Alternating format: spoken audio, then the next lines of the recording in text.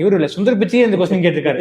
ஏன் வந்து வாஷிங்டன் சுந்தருக்கு இந்த லீக் டீம்ல இடம் கிடைக்கல, இந்தியன் டீம்ல ஸ்டார்டிங் லெவன்ல இருக்காரு T20ல, ஏன் இங்க இடம் கிடைக்கல அப்படின்னா ஒரு ரெண்டு மெயின் ரீசன். ஒன்னு என்னன்னா இம்பாக்ட் பிளேயர். ஸோ இம்பாக்ட் பிளேயருங்கிறது வந்து இந்த ரூல் வந்து இங்க இருக்கு. இந்தியா இந்த மாதிரி இன்டர்நேஷனல் கிரிக்கெட்ல இல்ல. ஸோ இன்டர்நேஷனல் கிரிக்கெட்ல கௌதம் கம்பீர் மாதிரி கோச் வந்து எப்பயுமே என்ன எதிர்பார்ப்பாருன்னா, எனக்கு வந்து ஆல்ரவுண்டர்ஸ் வேணும். நீ வந்து டீமுக்குள்ள இருக்கனா எனக்கு வந்து உனக்கு ரெண்டு ஸ்கில் வேணும். உனக்கு கீப்பிங் பண்ணணும், பேட்டிங் பண்ணணும்.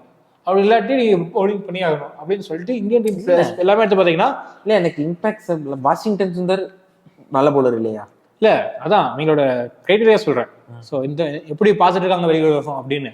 ஸோ பேட்டிங் வந்து இந்திய டீம்ல வந்து அவருக்கு வந்து ஒரு 2 ஓவர் 3 ஓவர் போட்டால் போதும். ஏன்னா மற்ற ஓவர் போட்டுப்பாங்க.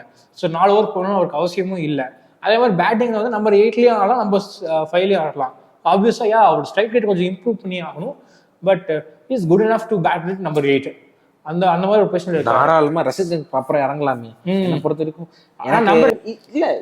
இவர் வந்துட்டு 4 ஓவர் 40 ரன் போடுற போடுற கிடையாது. 4 பவர் பிளேல போடுவாரு. 4 ஓவர் 30 ரன் 35 ரன் கொடுப்பாரு. இல்லைங்களா, விக்கெட் எடுப்பாரு, ஒரு 2 விக்கெட் எடுப்பாரு, கண்டெயின் பண்ணுவாரு.